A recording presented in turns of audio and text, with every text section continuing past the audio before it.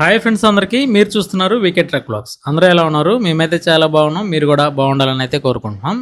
అయితే ఈరోజు మన వీడియోలో మన సబ్స్క్రైబర్లు అందరూ చాలా వరకు ఒక ఇంట్రెస్టింగ్ క్వశ్చన్ అయితే అడిగారనమాట.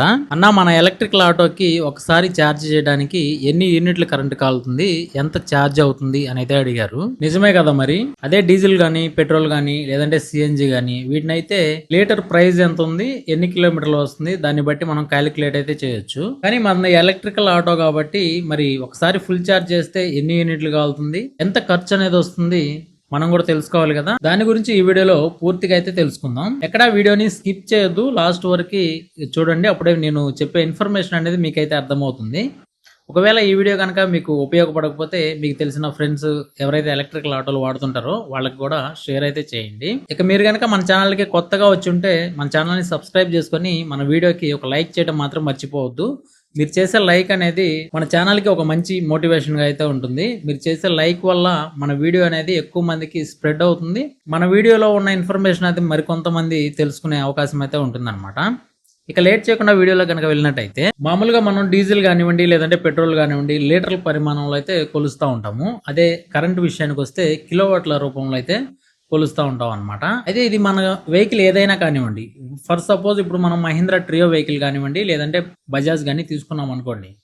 ఒక మహీంద్రా ట్రియో వెహికల్లో వచ్చేసరికి ఆ ట్రియోలో 7.37 కిలోవాట్ బ్యాటరీ అయితే ఉంటుంది. అదే ట్రియో ప్లస్లో చూసుకుంటే 10.24 కిలోవాట్ బ్యాటరీ ఉంటుంది. అదే మనం బజాజ్ గోగోలో కనుక P70 మోడల్ చూసుకున్నట్టయితే 12.1 కిలోవాట్ ఉంటుంది. అదే ఇప్పుడు వస్తున్న పెద్ద వెహికల్ ఏదైతే P9018 మోడల్ ఉందో దీంట్లో వచ్చేసరికి 17.7 కిలోవాట్ బ్యాటరీ అయితే ఉంటుంది అనమాట. ఇట్లా ఒక్కొక్క బండికి ఒక్కొక్క బ్యాటరీ పరిమాణం అనేది ఉంటుంది. అయితే మనకి బ్యాటరీ ప్యాక్ ఏదైతే ఉందో, ఫర్ సపోజ్ ఇప్పుడు మహీంద్రా ట్రియో కనుక చూసుకుంటే 7.37 కిలోవాట్ బ్యాటరీ ఏదైతే ఉందో దీనికి వచ్చేసరికి మనకి 0 నుంచి ఫుల్గా ఎప్పుడైతే మనం ఛార్జ్ చేస్తామో అప్పుడు 1 కిలోవాట్కి 1 యూనిట్ ఖర్చు అనేది అవుతుందన్నమాట. ఇప్పుడు మనం 7.37 కిలోవాట్ తీసుకున్నాం కదా ఈ మహీంద్రా ట్రియో వెహికల్ బ్యాటరీ వచ్చేసరికి, ఈ బ్యాటరీకి అప్పుడు మనకి ఇంచుమించుగా 8 యూనిట్ల వరకు కరెంట్ అయితే కాలుతుందన్నమాట. మరి 1 కిలోవాట్కి 1 యూనిట్ మాత్రమే కరెంట్ కాలుతుంది అని అయితే చెప్పారు కదా. మరి ఇప్పుడు 8 యూనిట్లు ఎలా కాలుతుంది అంటే, మనకి ఛార్జింగ్ అయ్యేటప్పుడు ఏదైతే ఎక్స్ట్రా పవర్ అనేది వస్తుందో ఇదంతా కూడా ఎర్త్ రూపంలో అయితే వెళ్ళిపోతూ ఉంటుంది. ఎక్స్ట్రా వచ్చే పవర్ అనేది మొత్తం బ్యాటరీ ప్యాక్ మీద భారం అనేది పడకుండా మనం ఇంటికి ఏదైతే ఎర్త్ తీసుకుంటామో దాంట్లో ఒక 10% అనేది వేస్ట్గా అయితే పోతుంది అనమాట. దానివల్ల బ్యాటరీ అనేది ఒకవేళ మనకి 7.5 కిలోవాట్ ఉన్నప్పటికీ 8 యూనిట్లు అనేది కరెంట్ కాలుతుంది. అదే ఇప్పుడు మనకి బజాజ్ గోగోలో P70 మోడల్ ఉంది కదా, ఇది 12.1 కిలోవాట్. ఇది 0 నుంచి మనం ఎప్పుడైతే ఫుల్ ఛార్జ్ చేస్తామో దీనికి 12 కిలోవాట్ కాబట్టి 12 యూనిట్లు సాధారణంగా కరెంట్ కాలాలి. కానీ ఇంచుమించుగా 13 నుంచి 14 యూనిట్ల వరకు కరెంట్ అనేది అయితే కాలుతుందన్నమాట. ఇలాగా బ్యాటరీ పరిమాణాన్ని బట్టి ఎన్ని కిలోవాట్ల బ్యాటరీని అయితే మనం ఛార్జ్ చేస్తూ ఉంటామో దానికి తగ్గట్టుగా ఒక్కొక్క కిలోవాట్ బ్యాటరీకి ఒక్కొక్క యూనిట్ అనేది ఛార్జింగ్ అనేది కాలుతూ ఉంటుంది. ఒక 10% కరెంట్ అనేది మనకి వేస్టేజ్ రూపంలో అయితే వెళ్తూ ఉంటుంది అనమాట. అదే 12.1 కిలోవాట్కి కనుక మనం చూసుకున్నట్టయితే ఒక 13 నుంచి 14 యూనిట్ల వరకు కరెంట్ అయితే కాలుతూ ఉంటుంది.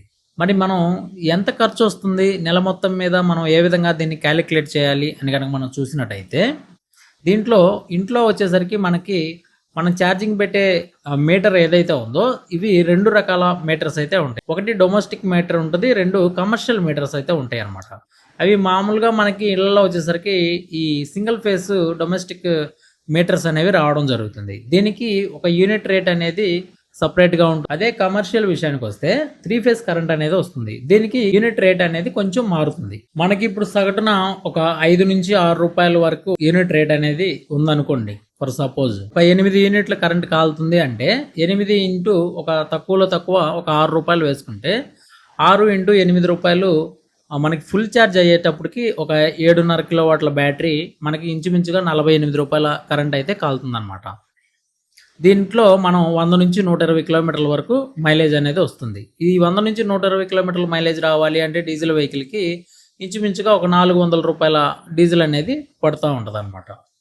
దాంతో పోల్చుకుంటే ఎలక్ట్రికల్ వెహికల్ బెటర్ అని చెప్తాను నేను. ఇక మనకి ఎక్స్ట్రాగా ఏదైతే ఈ 10% పవర్ అనేది పోతూ ఉంటుందో దానికితో కలుపుకొని మనకి 50 నుంచి ఒక 70 రూపాయల లోపే ఈ మహీంద్రా ట్రియో అనేది ఫుల్ ఛార్జ్ అయితే అవుతుంది.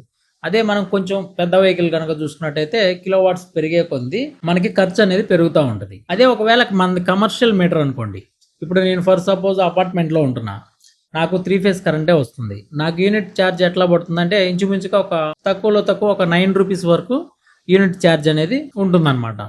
అప్పుడు మన బండి వచ్చేసరికి ఇది 12 కిలోవాట్ బ్యాటరీ కదా, ఇప్పుడు మనకి 9 ఇంటూ 12 క్యాలిక్యులేట్ కనుక మనం చేసినట్టయితే ఒక 108 రూపాయల వరకు మన వెహికల్ ఫుల్ ఛార్జ్ అవ్వడానికి ఖర్చు అయితే అవుతుంది. ఇక ఒక 10% వేస్టేజ్ అనుకుందాం, దానికి సంబంధించి ఇంకొక యూనిట్ ఛార్జ్ కనుక మనం తీసుకున్నట్టయితే ఓవరాల్గా ఒక 120 రూపాయల్లో మన వెహికల్ అనేది ఛార్జింగ్ అయితే అయిపోతుంది అనమాట. ఇక కొంతమంది అడుగుతూ ఉంటారు, ఎట్లాగా యూనిట్ రేటు మరి అంత రేట్ ఏమి ఉండదు, మా ఏరియాలో 2 రూపీస్ లేదంటే ఒక రూపాయిన్నర, 2 రూపాయలు లేదంటే 3 రూపాయలకు మించి యూనిట్ రేట్ అనేది రావట్లేదు, అప్పుడు ఎంత ఖర్చు అవుతుందని. ఇప్పుడు మనం ఎలక్ట్రికల్ వెహికల్ ఏదైతే ఉందో దీన్ని ప్రతిరోజు ఛార్జ్ చేస్తూ ఉంటాం కాబట్టి మనకి ఒక 100 యూనిట్ల నుంచి 200 యూనిట్ల లోపు ఒక ప్రైజ్ అనేది ఉంటుంది. 200 యూనిట్లు దాటిన తర్వాత ప్రైజ్ అనేది యూనిట్ రేట్కి మారిపోతూ ఉంటుంది అనమాట.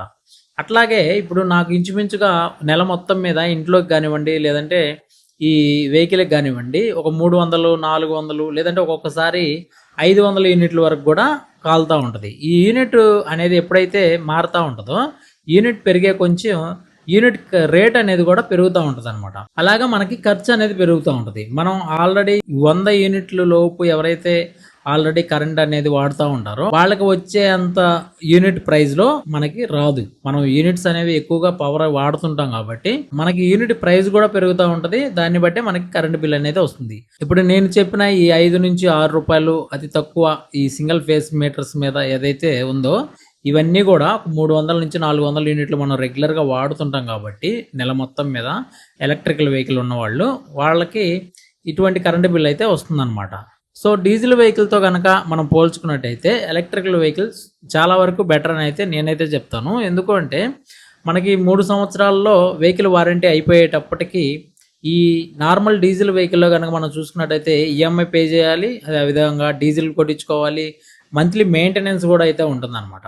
అదే ఎలక్ట్రికల్ ఆటోలో అనుకోండి, మీకు డీజిల్ ఏదైతే ఖర్చు ఉందో ఇదంతా కూడా ఈఎంఐలోకి కన్వర్ట్ చేసుకొని మీరు అటు ఈఎంఐ అయితే కట్టుకోవడానికి ఈజీగా అయితే ఉంటుంది. ఈఎంఐ కట్టడానికి ఎక్కువగా ఇబ్బంది పడే అవకాశం అయితే ఉండదన్నమాట.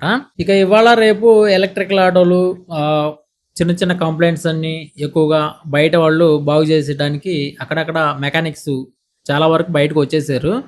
ఇంకా రాబోయే కాలంలో ఎక్కువ మంది అయితే మామూలుగా డీజిల్ వెహికల్కి ఎట్లాగైతే రిపేర్లు చేస్తూ ఉన్నారో అందరు బయట మెకానిక్స్, అట్లాగే ఇది కూడా అవుతుంది. కాకపోతే కొంచెం ఇంకొక 5 years వరకు కూడా టైం పట్టే అవకాశం ఉంటుంది.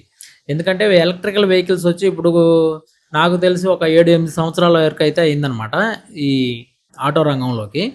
అయితే ఇప్పటికే చాలా ఏరియాలో బ్యాటరీలు తయారు చేస్తున్నారు, కంట్రోలర్స్ మారుస్తున్నారు, ఇట్లాగా మెకానిక్లు చాలా వరకు బయటకు అయితే రావడం జరిగింది, ఛార్జర్లు బాగు చేస్తున్నారు. ఇట్లాగా ఇంకొంతకాలంలో చాలా వరకు బయటకు వచ్చే అవకాశం అయితే ఉంటుంది. ప్రస్తుతానికి ఈ 3 సంవత్సరాల వారంటీ ఉంటుంది కాబట్టి ఏదైనా కంప్లైంట్ వచ్చినప్పుడు షోరూమ్ లోనే మనకి ఫ్రీగా చేసిస్తూ ఉంటారు కాబట్టి వచ్చిన ఇబ్బంది ఏం లేదు. ఎవరైనా కొత్తగా ఎలక్ట్రికల్ ఆటో తీసుకోవాలి అనుకున్న వాళ్ళు ధైర్యంగా తీసుకోవచ్చు. కాకపోతే మీకు దగ్గరలో ఉన్న షోరూంలో వర్క్ ఎలా జరుగుతుంది, రెస్పాండ్ అవుతున్నారా లేదా, ఇవన్నీ ఒకసారి చూసుకోండి. ఎలక్ట్రికల్ ఆటోలు వాడే వాళ్ళని 1-2 సార్లు అడిగి ఆ వెహికల్ ఎలా ఉంది ఏంటి తెలుసుకొని వెహికల్ తీసుకోవడం చాలా వరకు మంచిది. ఇక మీకు ఎలక్ట్రికల్ ఆటోల గురించి ఏవైనా డౌట్స్ ఉంటే మన కామెంట్ రూమ్లో కామెంట్ చేయండి. మన ఛానల్కి ఒక వాట్సాప్ గ్రూప్ కూడా ఉంది. మీరు ఆ గ్రూప్లో కనుక జాయిన్ అవ్వాలి అనుకుంటే కామెంట్ బాక్స్లో హాయ్ అని మెసేజ్ చేయండి. నేను మీకు డైరెక్ట్గా లింక్ అనేది పంపిస్తాను, మీరే డైరెక్ట్గా వాట్సాప్ గ్రూప్లో జాయిన్ అవ్వచ్చు. ఎవరైనా నాతో మాట్లాడాలి అనుకుంటే కాల్ మీ 4 యాప్ ద్వారా మాట్లాడవచ్చు. దాని ఐడి వచ్చేసరికి ఇక్కడ ఇస్తాను, మీరు అక్కడ నుంచి చూసి ఆ ఐడి ద్వారా నాతో అయితే మాట్లాడవచ్చు. ఫోన్ నెంబర్ అనేది ఇవ్వట్లేదు అనమాట. ఫోన్ నెంబర్ ఇచ్చినప్పటికీ ఎక్కువ మంది కాల్స్ అయితే చేసి అంటే ఊరికే అయితే కాల్ చేస్తూ ఉంటారు. ఇది యాప్ ద్వారా అనుకోండి, అవసరమైన వాళ్ళు మాత్రమే కాల్ చేస్తూ ఉంటారు కాబట్టి ఈ ఐడిని అనేది క్రియేట్ చేయడం అయితే జరిగింది. ఇంకా మీకు ఎటువంటి డౌట్స్ ఉన్నా కామెంట్ బాక్స్లో కామెంట్ చేయండి, తప్పకుండా రిప్లై వస్తాను. ఏదైనా మోస్ట్ ఇంపార్టెంట్ ఇది అందరికీ ఉపయోగపడుతుందంటే తప్పకుండా దాని గురించి వీడియో చేయడానికి కూడా ట్రై చేస్తాను. Thank you all.